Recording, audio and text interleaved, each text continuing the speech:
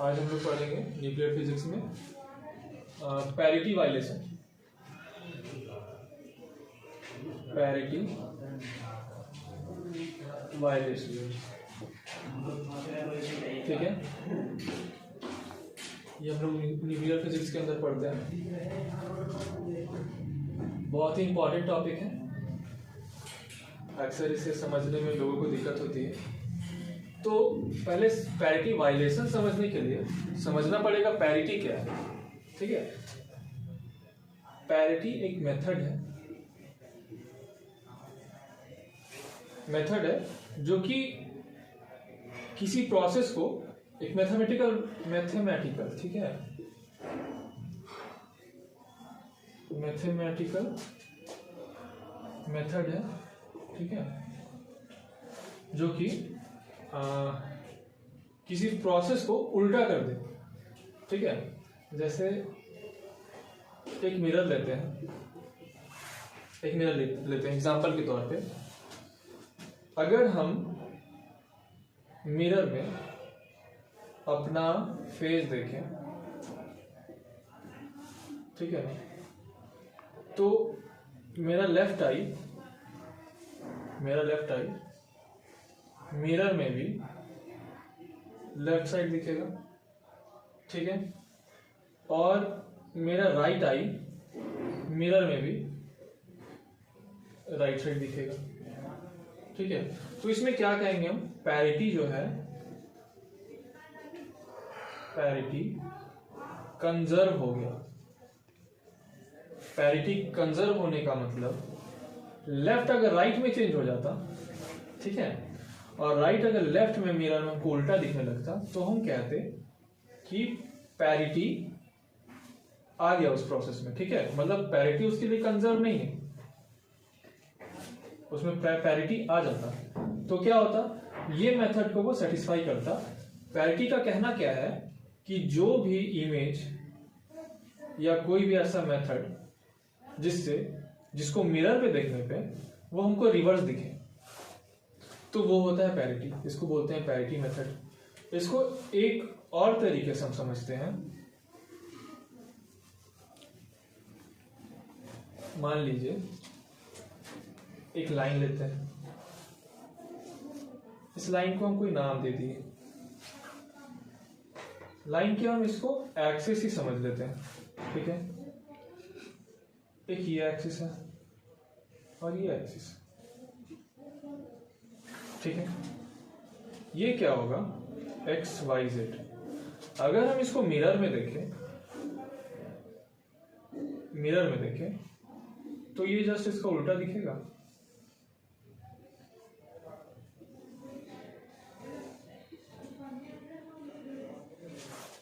Mirror में ये जो कोऑर्डिनेट है ये हमको उल्टा दिखेगा, ठीक है। अब इसको इमेजिन करके देख सकते हैं कि ये जो है, ये वाई मिरर के साइड जा रहा है, और ये लगेगा कि ये भी मिरर के साइड ही जा रहा है। लेकिन वाई और सॉरी ये एक्स है,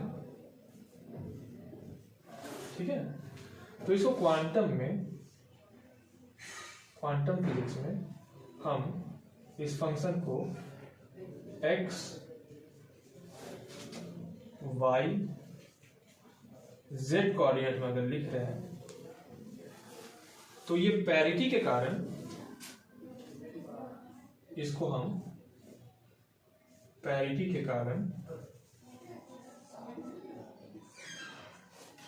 हम रिवर्स लिखेंगे। मतलब कोऑर्डिनेट का जो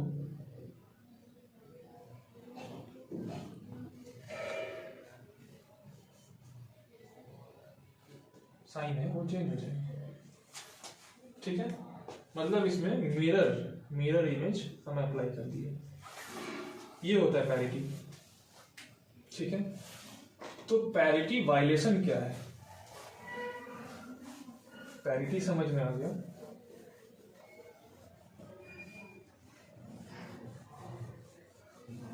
पैरिटी वायलेशन क्या है? वायलेशन का मतलब जहां पे पैरिटी कंजर्व हो जाता है जहां पे लागू ही नहीं होगा। पैरिटी वायलेशन था जहां पे लागू ही ना हो। मतलब जैसे एक एग्जांपल लेते हैं हम लोग, बहुत अच्छा एग्जांपल। पैरिटी वायलेशन फिजिक्स में क्या मतलब रखता है ये समझने के लिए पहले जितने साइंटिस्ट थे, पहले जितने भी साइंटिस्ट थे, बहुत पहले, एक्चुअल डेट तो पता नहीं कह सकते हैं, 1934 से पहले साइंटिस्ट ये सोचते थे कि वीक इंटरैक्शन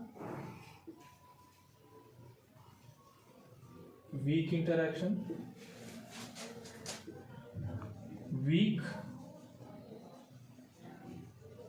न्यूक्लियर फोर्स, इन सब में पैरिटी कंजर्व हो जाता है। पैरिटी क्या हो जाता है? कंजर्व हो जाता है। कहने का मतलब पैरिटी जो मेथड है, पैरिटी एक मेथड है कि हम किसी प्रोसेस को मिरर के यूज से उसको पलट दें, ठीक है, इसको ऐसे पलट दें। मतलब ये आपको देखिए यहां से लेफ्ट से राइट ज्यादा दिख रहा है, तो मिरर इमेज में क्या फॉर्म होगा? राइट से लेफ्ट ज्यादा। तो ये कहना था उनका कि किसी पॉइंट पे weak interaction, weak nuclear force या वीक इलेक्ट्रोमैग्नेटिक फोर्स, ये सब में पैरिटी कंजर्व हो जाता है। यहाँ ये मेथड हम लगा ही नहीं सकते। बहुत दिन बाद ये चलता रहा। दो साइंटिस्ट, ली एंड यंग, ये अमेरिकन साइंटिस्ट थे, ठीक है, अमेरिकन साइंटिस्ट थे, लेकिन ये चाइना से बिलोंग करते थे। चाइना के रिसर्च सेंटर में काम करते थे, ठीक है, रिसर्च सेंटर में काम करते थे। इन्होंने बोला कि नहीं, वीक इंटरैक्शन और ऐसे कोई भी फोर्सेस जो क्वांटम में हम यूज करते हैं, जिसको देख नहीं पाते हैं, जो कि बहुत थोड़ा क्षणिक या फिर बहुत ही शॉर्ट डिस्टेंस के लिए होता है, जैसे कि बीटा डीके, गामा डीके, ये सब में हम पैरिटी कंजर्व नहीं कर सकते हैं। वहां भी पैरिटी देख सकते हैं, ठीक है। मतलब पहले साइंटिस्ट ने क्या कहा कि ये सब चीज में पैरिटी जो है कंजर्व हो जाता है, वहां इसका कोई काम ही नहीं होता, ये कुछ काम ही नहीं कर पाता, ये मेथड लगाना ही बेकार है वहां। लेकिन इन दोनों ने ये कहा कि नहीं, इन सब चीजों में भी पैरिटी यूज हो सकता है। इसको सिर्फ बोल देना काफी नहीं था, इसको प्रूव भी करना था। तो अब उनके प्रूफ की तरफ चलते हैं हम लोग, ठीक है।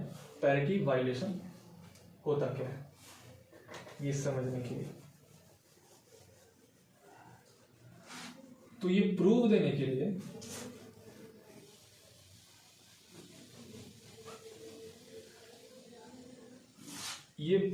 के लिए उन्होंने एक एक्सपेरिमेंट किया। बहुत ही सिंपल एक्सपेरिमेंट था। उन्होंने एक्सपेरिमेंट के लिए जो मटेरियल यूज किया, एक्सपेरिमेंट कैसा था वो हम लोग समझेंगे, पहले मटेरियल समझ लेते हैं। मटेरियल उन्होंने कोबाल्ट यूज किया 60, ठीक है। अब किसी भी फिजिकल प्रोसेस से, केमिकल प्रोसेस से, इसको अगर हम निकेल में चेंज करते हैं तो इससे बीटा पार्टिकल इमिट करता है, मतलब इमिशन ऑफ बीटा पार्टिकल, ठीक है। इतना समझ गए। अब देखते हैं कि उन्होंने इसका यूज कैसे किया पैरिटी वायलेशन समझाने के लिए। तो उन्होंने कोबाल्ट लिया। कोबाल्ट के मॉलिक्यूल्स को हम ऐसे समझ लेते हैं,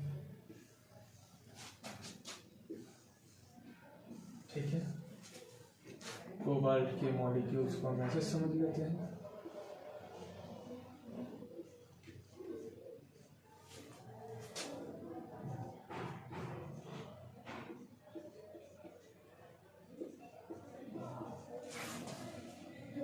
अब क्या हुआ, हर एक मॉलिक्यूल का अपना एक स्पिन होगा, अपना एक स्पिन होगा, वाइस वर्सा।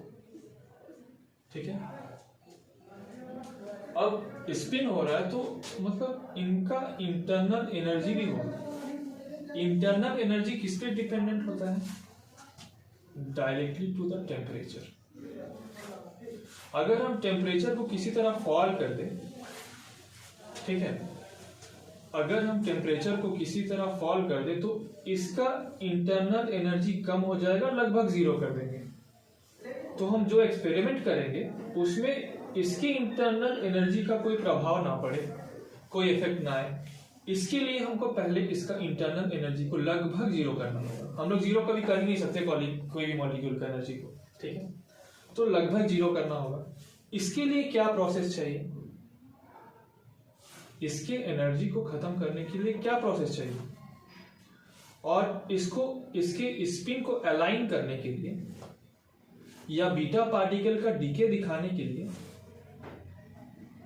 हमको एक प्रोसेस यूज करना पड़ेगा जिसका नाम है एडियाबैटिक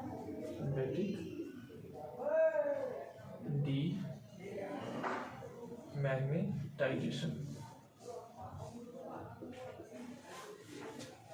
एडियाबैटिक डीमैग्नेटाइजेशन, ठीक है, इसको अच्छे से समझें। इस प्रोसेस में हो क्या रहा है,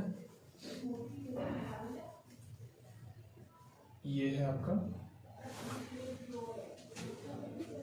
कोबाल्ट। उन्होंने इसको पहले कूल किया एडियाबैटिक डीमैग्नेटाइजेशन का यूज करके। ये ग्रेजुएशन का टॉपिक है, इसको इंटरनल एनर्जी को कम करते हैं, वो एक दूसरा पार्ट है, उसको हम लोग देखेंगे। लेकिन अगर हम किसी प्रोसेस से इसको कूल कर दें तो इसका इंटरनल एनर्जी कम हो जाएगा, ठीक है, ये वो प्रोसेस है जिससे हम इसको कम करते हैं। अब क्या किया, उन्होंने एक मैग्नेट लिया,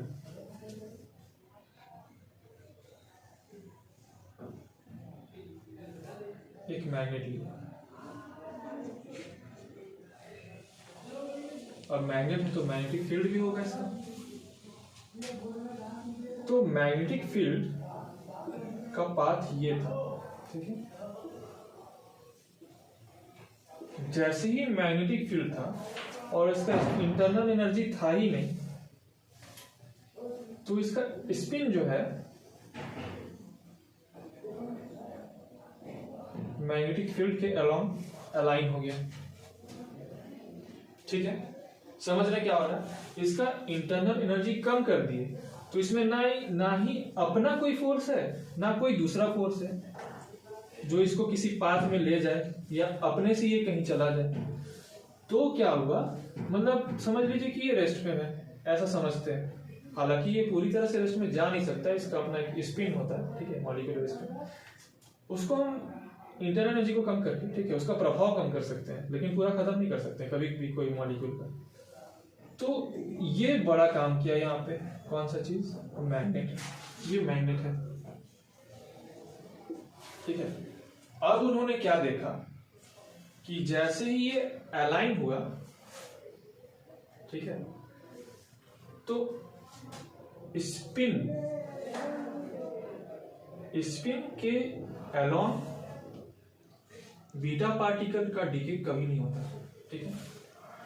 इसका जो स्पिन है ये अलाइन हो गया इसके उल्टा दिशा में, ठीक है, इसके उल्टा दिशा में हर एक मॉलिक्यूल का डीके होगा, न्यूक्लियस से डीके होगा, ठीक है।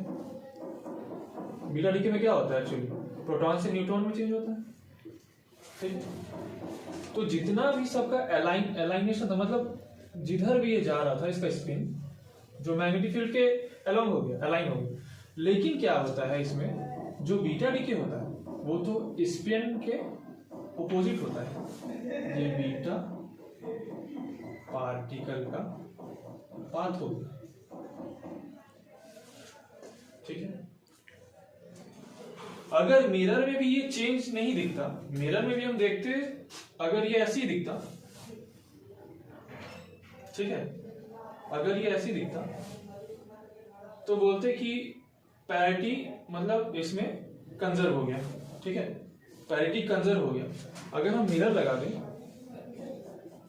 और मिरर में भी हम ये देखें कि ये बीटा पार्टिकल इसके उल्टा ही जा रहा है, स्पिन के पाथ के उल्टा, अगर हमको जैसा ये दिख रहा है एक्चुअल में वैसे हमको मिरर में भी दिखे कि इसके विपरीत जा रहा है, तो वहां पे हम समझते हैं कि पैरिटी कंजर्व हो गया, ठीक है। लेकिन ऐसा नहीं हुआ, उन्होंने देखा ये एक्चुअल है, ठीक है, बीटा पार्टिकल का जो पाथ है वो ये एक्चुअल है जो स्पिन के जस्ट उलट है। लेकिन जब इसी चीज को उन्होंने मिरर में दिखाया तो क्या हुआ, बीटा पार्टिकल जो इमिट कर रहे थे वो इसके अलाइन हो गए। किसके अलाइन हो गए? स्पिन जो अलाइन हो गए थे मैग्नेटिक फील्ड के साथ, उसी दिशा में बीटा पार्टिकल का भी डीके दिखने लगा जब वो इमिट कर रहे थे। यहां पे हो गया पैरिटी वाइब्रेशन, ठीक है। तो उन्होंने ये साबित कर दिया कि इसमें पैरिटी कंजर्व नहीं है, ठीक है। ये था पूरा एक्सपेरिमेंटल सेटअप उनका। अब क्या हुआ, एक साइंटिस्ट, जैसा आप लोग जानते हैं कि फिजिक्स में एक साइंटिस्ट दूसरे साइंटिस्ट को देख के, उनके एक्सपेरिमेंट को देख के प्रभावित हो जाते हैं, उसी तरह यहां भी एक लेडी थी, उनका नाम था वू। बड़ा इंटरेस्टिंग नाम है, जितना इंटरेस्टिंग है उतना छोटा भी है। उनका नाम था वू। उन्होंने ये एक्सपेरिमेंट को देखा, वो एकदम चौंक गई। ये बात उनके दिमाग में कभी आया ही नहीं था, उनके दिमाग में कभी आया ही नहीं था कि ऐसा कभी हो सकता है, ठीक है। ये दिमाग कभी नहीं आया था कि ऐसा भी कभी हो सकता है। लेकिन जब उन्होंने ऐसा देखा तो वो एक्साइटेड हो गई। अब उनको समझ में आ गया था